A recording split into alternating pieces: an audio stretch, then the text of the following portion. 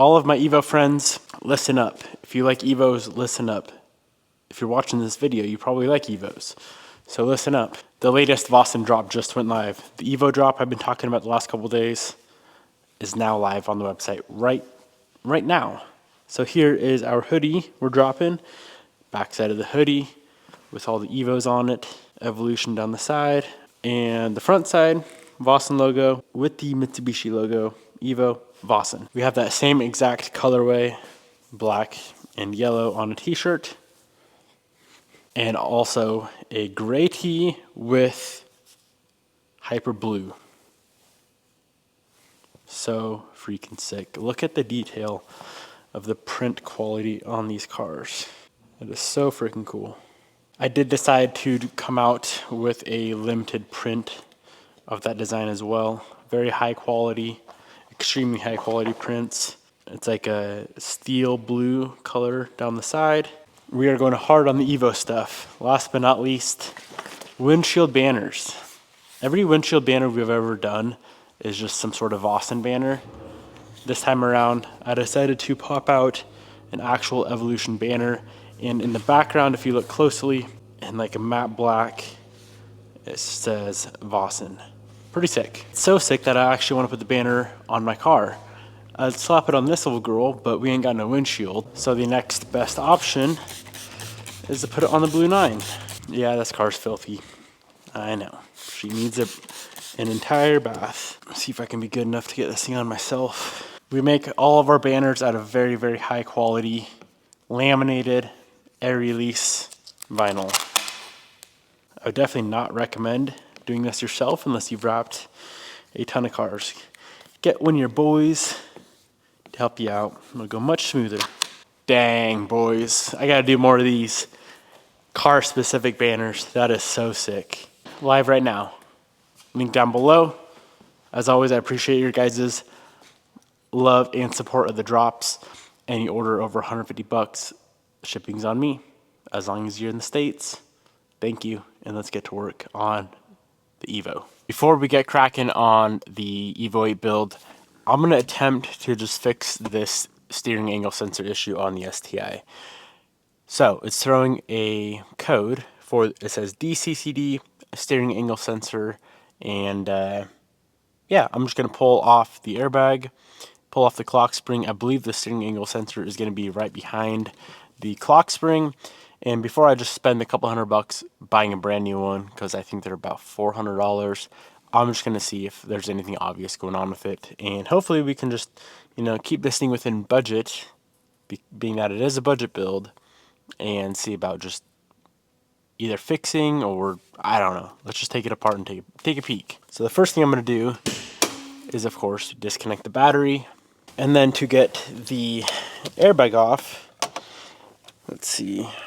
It is a T27 Torx head. If you go through the side of the steering wheel here, there is two of them, 2 bolts. Got to kind of wiggle it on out of there. So initially I thought the clock spring was built into the steering angle sensor was built into the clock spring, and that is simply not the case. Airbag is off.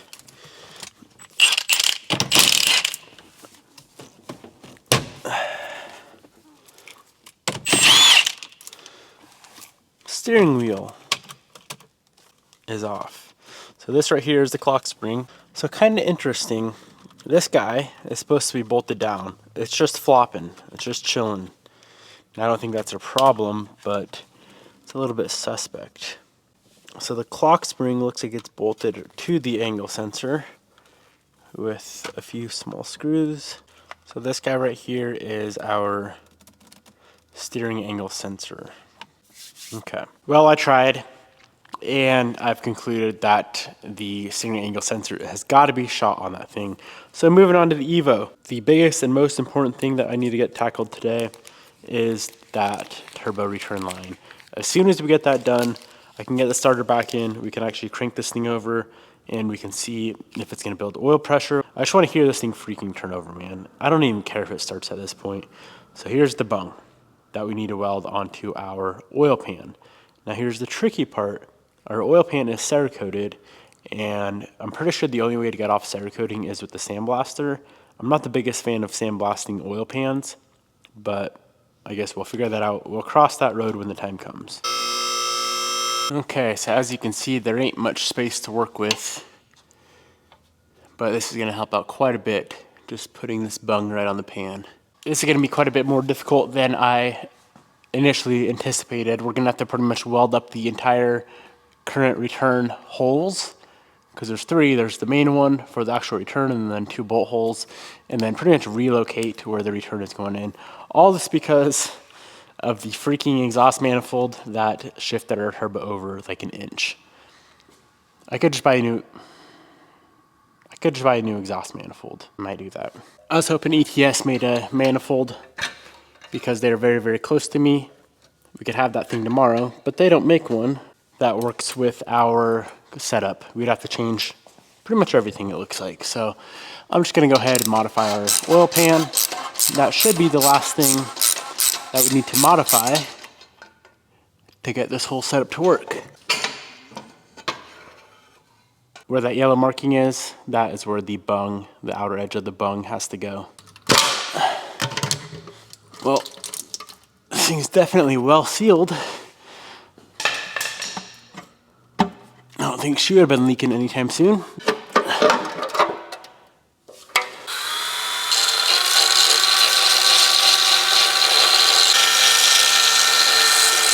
Okay, so I have all of the holes plugged. Our new hole is formed, and that is where that jimmy is gonna sit. Let's weld her up.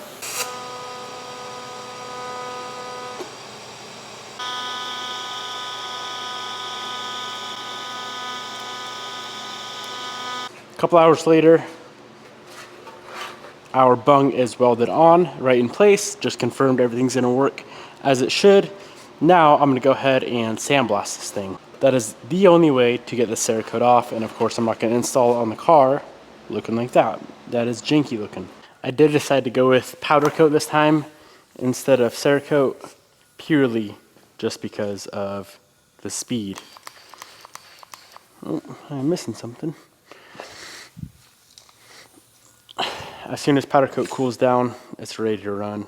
The Air Cure Cerakote takes a few days.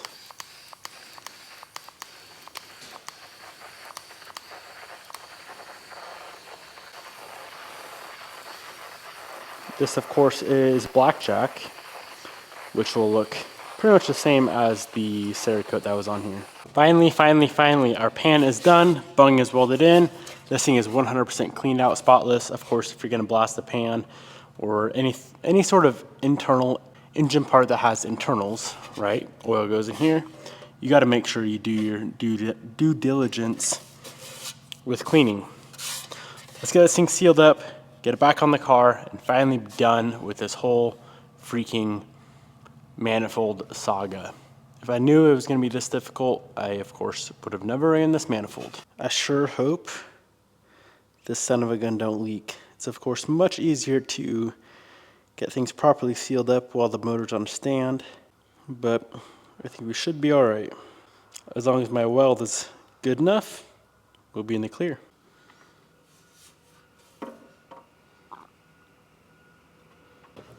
Okay, first 2 bolts are in. Hopefully we have no more hiccups today. That's enough hiccups to last me a week. So the pan is back on the car. Let's go ahead and cut this dash 10 stainless line that we're gonna be using for our return line. Get this return line built, and hopefully everything works in unison like it should. Easiest way for me to cut these guys, good old cutoff wheel.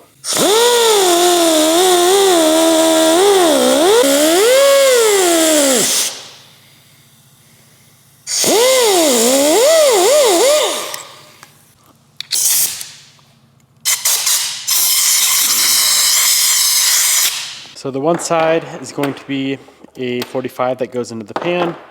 The other side is a straight, and this guy bolts onto the bottom of the turbo.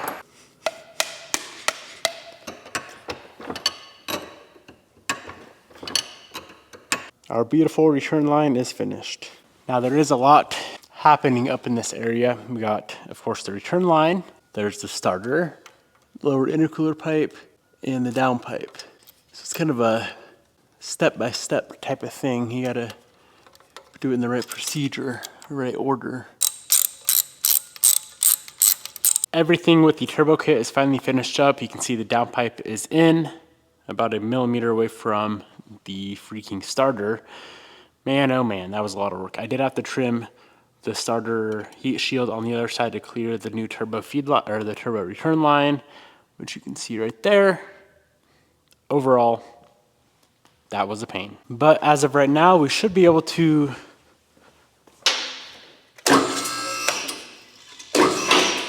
give the car power and see if she will crank. Now, of course, I've yet to put engine oil in the car, so if it wants to crank, cool. It's gonna be the same concept as just turning it over by hand. Obviously, I'm not gonna crank it for any more than a second, but let's see what happens. Connect this to your battery and see what happens.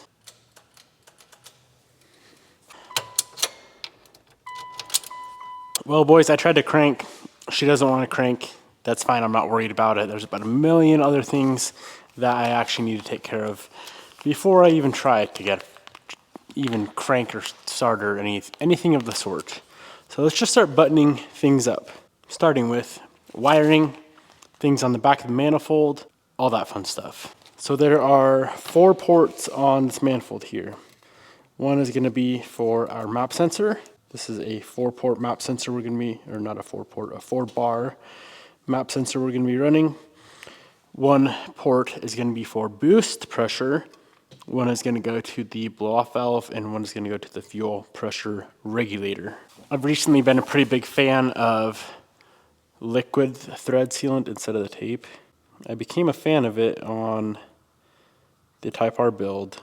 Port on the thermostat kept leaking no matter what I did until I used some of this stuff. Seems to work better. Just came across something kind of interesting. I'm gonna need a new, I guess you'd call it a starter harness. My starter harness, which is also the alternator harness, is missing the whole entire alternator section. And I know I could just throw some wires in and probably make it look okay, but that ain't OEM spec. So I need to order up a new one of those. I've spent like 10 minutes looking for the wire that bolts onto the alternator. It's just completely missing out of the whole entire harness. Quite interesting. I did find a new used set of shifter cables because ours are a bit messed up. So these ones are smoother than ours are. Now that is how a shifter cable should feel. That is not how it should look though. What is our best bet? I don't dare put these things in the sandblaster and potentially ruin them. So a little bit of seconds on the Scotch-Brite wheel. They'll be ready for some paint.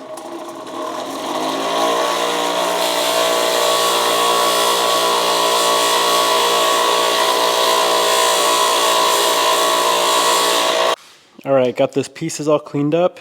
Everything is masked off. And I want to be spraying just a little bit of black paint on it.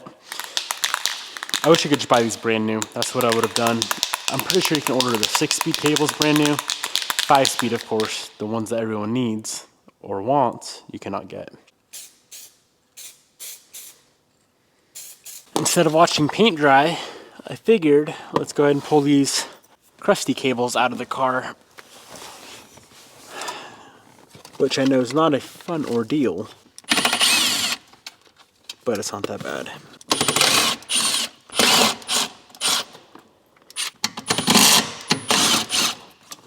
If you pull the airbag module out, that should give you much easier access.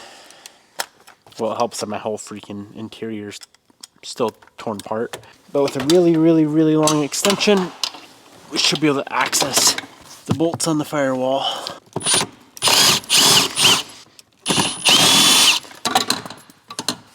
That wasn't that bad. I like how I tend to overplay everything in my head, thinking it's gonna be so hard to remove, but nah. Oh yeah, these things are freaking Not good. That one's not terrible. This one is so notchy feeling. Into the dumpster they go. Okay, Devin, don't bend these ones to put them in.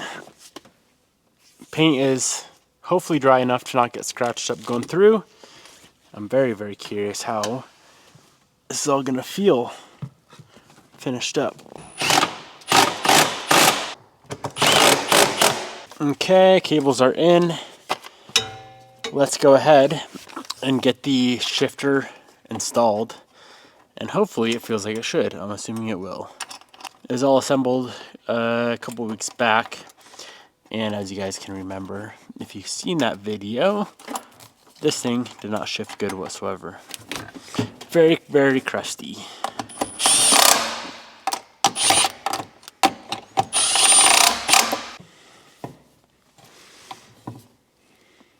If this trans don't freaking work like it should now, it's getting a sequential.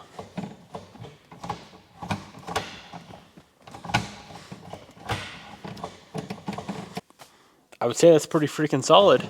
Unfortunately, it does look like we're gonna have to play a little bit of a waiting game again.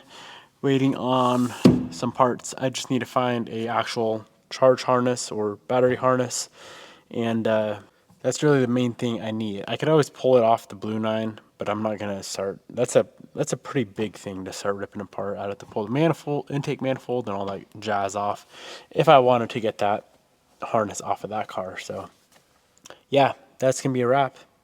I feel like we didn't get nothing done, but we did. Not an ample amount, but we still got as much done. But we got as much done as we could. Hope you guys enjoyed. Goodbye.